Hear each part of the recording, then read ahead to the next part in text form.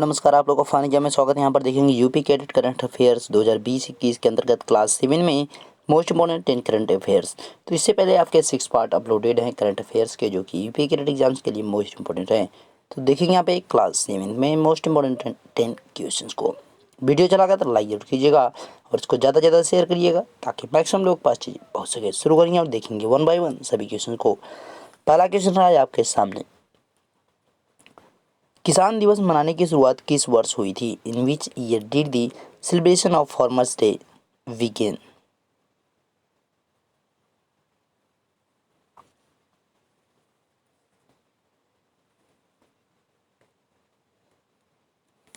तो किस वर्ष इसको शुरू किया गया था? अगर इसकी बात की जाएगी तो राइट आंसर क्या हो जाएगा?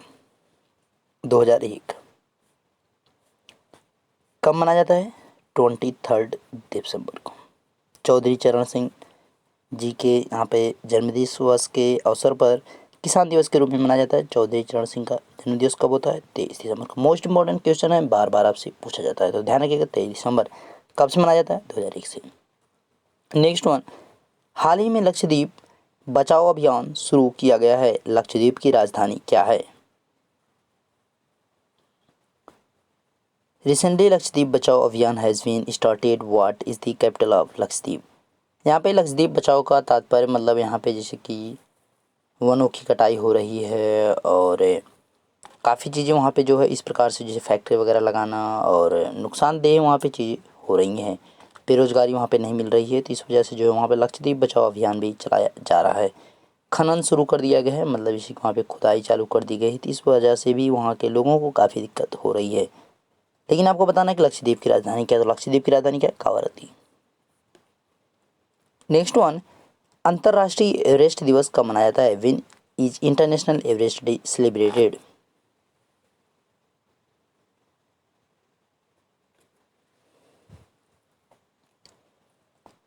तो यहाँ पे अगर राइट आंसर की बात की जाए तो अंतर्राष्ट्रीय एवरेस्ट दिवस कब मनाया जाता है? तो 29 मई को।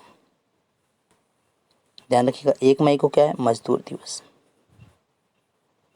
यानी लेबर डे। ध्यान रखिएगा। ओके, नेक्स्ट वन, वर्तमान में उत्तर प्रदेश में कितने अंतर्राष्ट्रीय हवाई अड्डे हो गए हैं?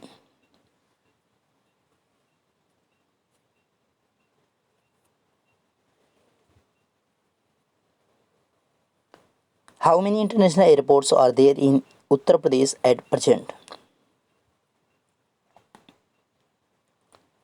वर्तमान में कितने हैं? 3 हैं। पहले पे अगर बात की जाए तो चौधरी चरण सिंह,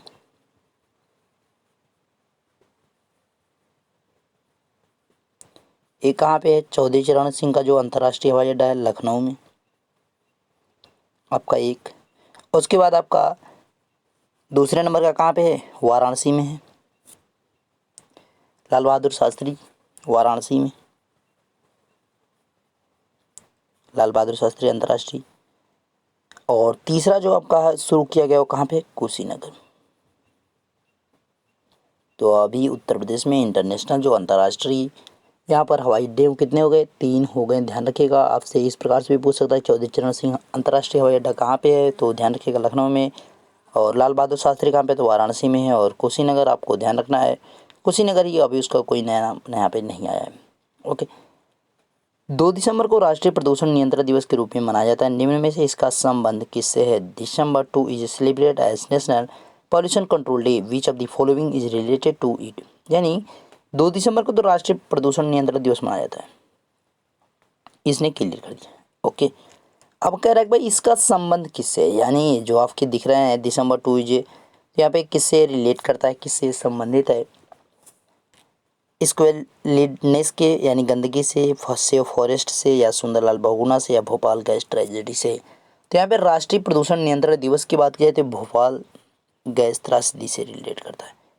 2 दिसंबर और 3 दिसंबर की जो रात थी 1984 में, यहाँ पे भोपाल गैस त्रासदी जो घटित हुआ था उसी के यहाँ पर उपलक्ष्य में इसको मनाया जाता है। ओके, तो ये भोपाल गैस त्रासदी से रिलेट करता, ध्यान रखिएगा। और कभी भी आपका यहाँ पे वृक्ष बचाओ जीवन बचाओ अगर कहे नारा इस प्रकार से कुछ दे, पेड़ बचाओ, या उत्तराखंड यहाँ पे पर्यावरण से कौन संबंधित थे या वन विभाग से कौन संबंधित थे, वन बचाओ से कौन संबंधित, आपको ध्यान रखना है कौन थे, सुंदरलाल बहुगुणा थे। या ध्यान रखिए अगर वन बचाओ लिखिएगा तो समझ जाना कि सुंदरलाल बहुगुणा की बात की जा रही है। नेक्स्ट है 2021 के क्रिकेट एशिया कप की मेजबानी कौन सा देश करेगा? Which country will host the 2021 cricket Asia cup?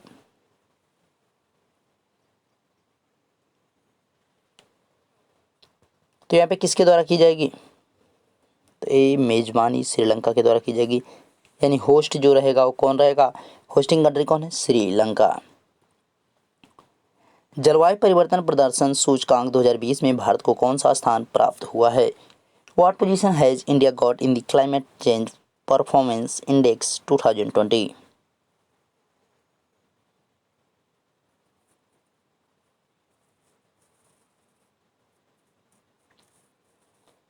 तो यहाँ पे अगर बात की जाए राइट आंसर की, तो भारत को जो स्थान प्राप्त है कौन सा हुआ? 10th। इसमें एक बहुत आश्चर्य की बात है कि 3 नंबर फर्स्ट, सेकेंड और थर्ड ये इम्पटी है, मतलब इन पर किसी देश को नहीं रखा गया। क्यों? क्योंकि अगर किसी देश का जब क्लाइमेट यहाँ पे जो होगा वो 2.0 से लेकर 2.5 डिग्री सेल्सियस के मिड में होगा, यानी अब इसको जो है आपका यहाँ पे ग्लोबल वार्मिंग के तहत देखा जाएगा। ये तापमान की बात नहीं, ग्लोबल वार्मिंग टेम्परेचर की बात की जा रही है। तो ग्लोबल जो वार्मिंग टेम्परेचर अगर 2 से 2.5 के बीच में रहेगा तब उसको यहाँ पे जो है 3 और 1 और 2 यहाँ पे इसके बीच में रखा जाएगा। मतलब 2.0 से 2.5 के बीच में रहेगा तो आपका 3 पे आ जाएगा। 2.0 से नीचे आएगा तो आपका इस पर आ जाएगा, और आपका 1.5 से जैसे ही नीचे आएगा वो आपका फर्स्ट पे तब आएगा, उससे पहले कोई नहीं आएगा।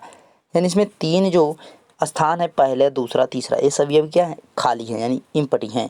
चौथे नंबर पे आपका कौन आ जाएगा? नीदरलैंड। नेक्स्ट है अंतर्राष्ट्रीय राजा भूमि बोला विश्व मृदा दिवस पुरस्कार 2020 से किस संस्था को पुरस्कृत किया गया है? Which organization has been awarded the International Raja Bhumibola World Soil Day Award 2020? तो ये दिसंबर में दिया जाता है, दिसंबर माह में दिया जाता है।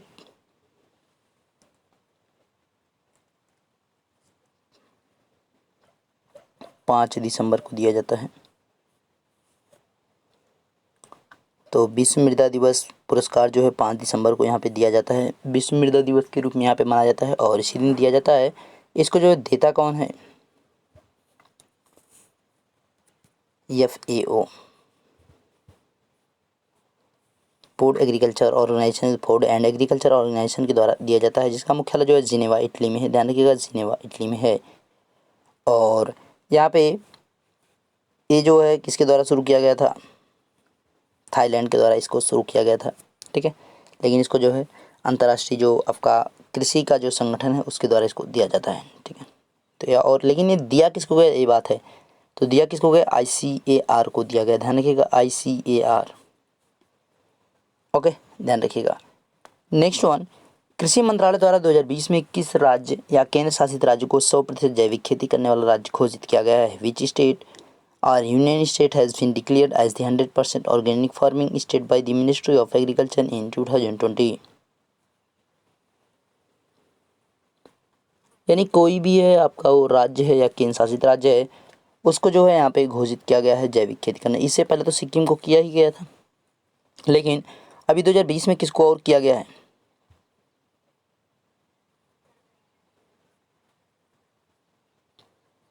दो 2020 में और किसको किया गया भाई? लक्षद्वीप को।